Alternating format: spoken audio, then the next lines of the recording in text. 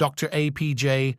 Abdul Kalam's biography, educational background of Kalam.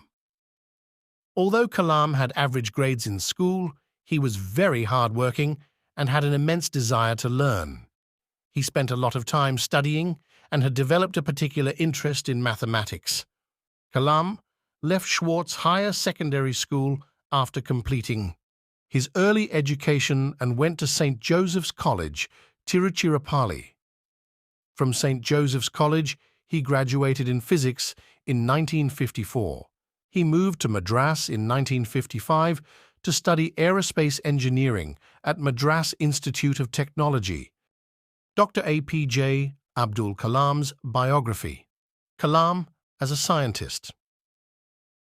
Kalam joined as a scientist in the Aeronautical Development Establishment of DRDO in 1960 after graduation. His career started with him designing a small hovercraft. However, he was not convinced by his choice of a job at the DRDO. Kalam was transferred to ISRO in 1969, where he was the project director of India's first satellite vehicle launch. The satellite vehicle deployed the Rohini satellite successfully in near-Earth orbit in July 1980. Kalam received the government's LV and SLV projects between the 1970s-90s. He directed two projects like Project Devil and Project Valiant, which aimed at developing ballistic missiles from the successful SLV program's technology. Kalam somehow convinced Indira Gandhi and sought secret funds for these aerospace projects. His research and immense knowledge brought him and the nation great laurels in the 1980s. Kalam then went on to become the scientific advisor of the government. His immense role in the country's 1998 nuclear weapons tests solidified India as a nuclear power. Kamal had now become a national hero, to be remembered for ages to come. However, the tests he conducted caused a huge uproar in the international community. Kamal put forward a nationwide plan called Technology Vision 2020, which, according to him, was a fantastic way for transforming the stature of India in 20 years, taking it from a developing to a developed nation.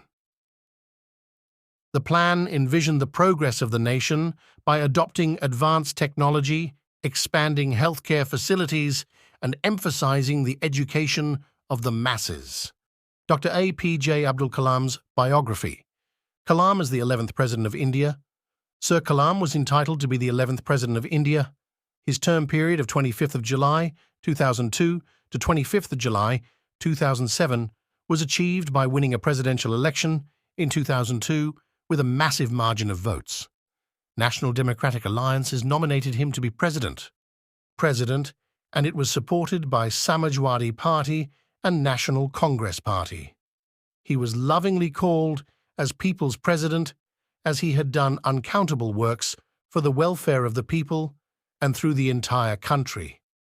He was brave and courageous enough to take decisions and implement them, no matter if that was tough or sensitive, or highly controversial. The office of prophet is perhaps the hard act that he had to sign.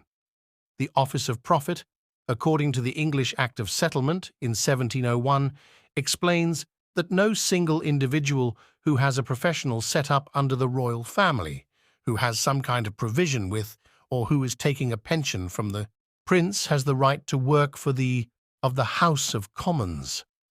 This will allow the royal family to have zero influence on the administrative conditions.